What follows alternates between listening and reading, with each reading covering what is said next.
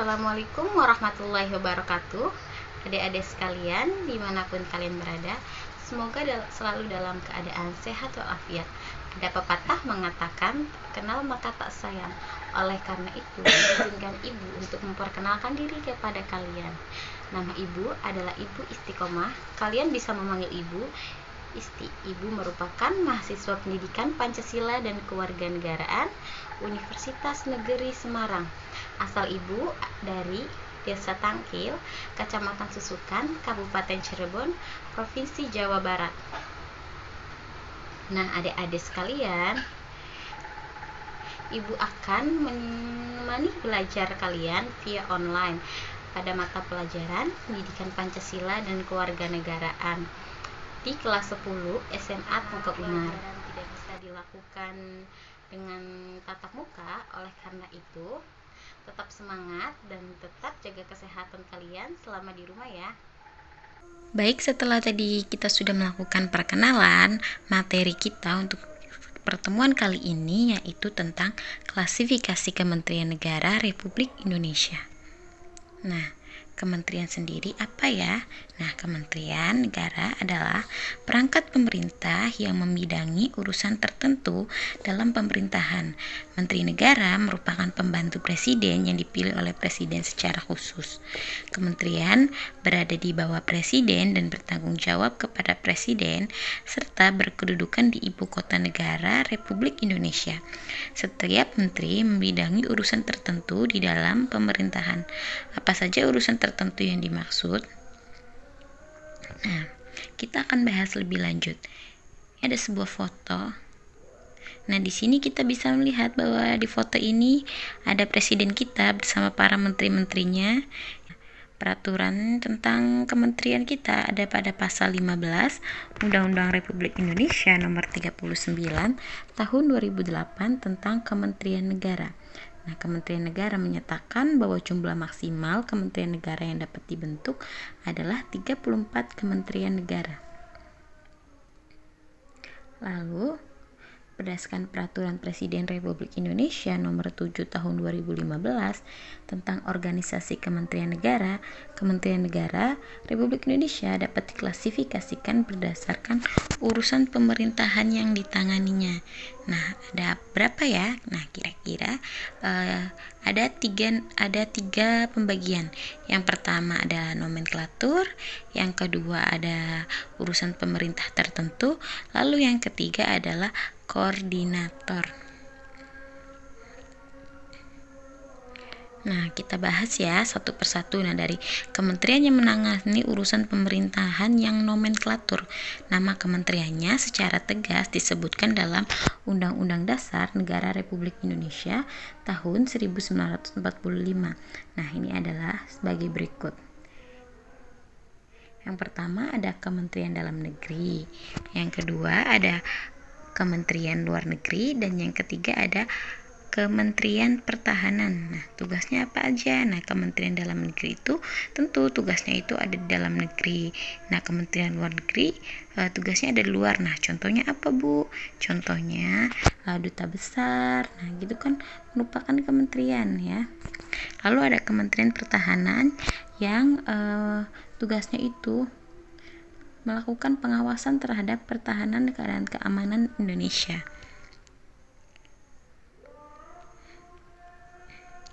Lalu yang kedua, kementerian yang mempunyai tugas penyelenggara urusan tertentu dalam pemerintahan untuk membantu presiden dalam penyelenggaraan pemerintah negara dengan upaya pencapaian tujuan kementerian sebagai bagian dari tujuan pembangunan. Nah, contoh-contohnya itu ada Kementerian Agama, Kementerian Sosial, Kementerian Keuangan, Kementerian Hukum dan HAM. Lalu ada Kementerian Kesehatan. Sebenarnya masih banyak lagi ya. Ada yang lainnya itu ada Kementerian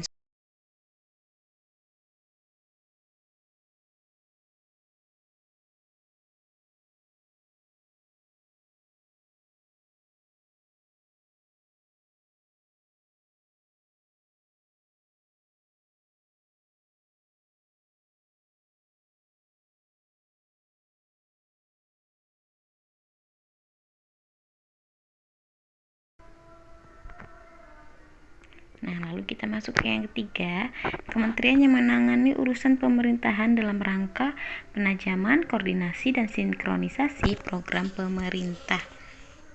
Nah, ini terdiri dari Kementerian Perencanaan Pembangunan Nasional, Kementerian Pendayagunaan dan Aparatur Negara dan Reformasi Birokrasi, Kementerian Koperasi, Usaha Kecil dan Menengah, Kementerian Pariwisata, Kementerian BUMN, Kementerian Pemuda dan Olahraga. Nah, banyak ya macamnya. Nah, lalu kita masuk nih tentang Kementerian Koordinator. Nah, kementerian koordinator itu ada kementerian dalam bidang politik, hukum, dan keamanan. Lalu yang kedua ada kementerian koordinator di bidang perekonomian. Lalu yang ketiga ada kementerian koordinator bidang pembangunan manusia dan kebudayaan. Yang keempat ada kementerian koordinator bidang kemaritiman. Lalu kita masuk ke lembaga pemerintah non-kementerian. Nah, lembaga pemerintah non-kementerian dahulu itu bernama lembaga pemerintah non-departemen atau disingkatnya adalah LPND. Nah, sekarang diganti menjadi lembaga pemerintah non-kementerian atau LPNK. Lembaga pemerintah non-kementerian merupakan lembaga negara yang dibentuk untuk membantu presiden dalam melaksanakan tugas pemerintahan tertentu. Lembaga pemerintah non-kementerian berada di bawah presiden dan bertanggung jawab langsung kepada presiden melalui menteri atau pejabat menteri yang terkait. Nah, keberadaan lembaga pemerintah non-kementerian ini diatur oleh Peraturan Presiden Republik Indonesia, yaitu Keputusan Presiden Republik Indonesia Nomor 103 Tahun 2001 tentang kedudukan, tugas, fungsi, kewenangan, susunan organisasi, dan tata kerja lembaga pemerintah non-departemen. Nah, contoh lembaga pemerintah non-kementerian yang ada di Indonesia itu yang pertama ada Badan Informasi Geospasial. Nah, Badan Informasi Geospasial ini memberikan data-data seperti contohnya adalah luas wilayah Indonesia, luas wilayah laut, luas wilayah darat. Nah, lalu yang kedua ada Badan Narkotika Nasional. Nah, sudah jelas ya, ini sering sekali masuk berita gitulah, BNN gitu, menangani penyebaran narkotika, penyalahgunaan narkotika gitu, pusat rehabilitasi. Lalu ada BMKG, memberikan informasi mengenai contohnya nih ya, ketika terjadi letusan gunung Merapi. Nah, data dari BMKG ini sangat dibutuhkan. Lalu yang keempat ada Badan Nasional Penanggulangan Bencana. Nah, ini mengurusi tentang kejadian bencana-bencana yang di Indonesia terjadi di Indonesia seperti longsor, banjir. Lalu yang kelima ada Badan Nasional Penanggulangan Terorisme. Nah, badan ini khusus dibuat untuk penanganan masalah terorisme yang ada di Indonesia. Kemudian yang keenam adalah Badan SAR Nasional atau Basarnas. Nah, dari materi yang tadi Ibu sampaikan, jika ada pertanyaan kalian bisa menanyakan di kolom komentar Esmatus atau bisa di kolom komentar pada YouTube Ibu ya, atau bisa langsung PC Ibu. Kalau tidak ada yang ditanyakan, dari pertemuan ini kita belajar bahwa kementerian itu ada banyak macam bidangnya, dari mulai ada kementerian dan lembaga pemerintahan non kementerian. Nah, contoh lembaga kementerian sendiri itu dibagi menjadi ada nomenklatur, urusan pemerintah tertentu, lalu ada koordinator. Lalu lembaga non pemerintahan sendiri banyak contohnya ya, tadi seperti BMKG, Basarnas gitu. Nah, kemudian setelah kalian melihat video Ibu ada penugasan kepada kalian. Kalian buka sistem Esmatus, di sana Ibu sudah menyediakan soal esai, silahkan dikerjakan. Waktu pengerjaan 1 minggu ya.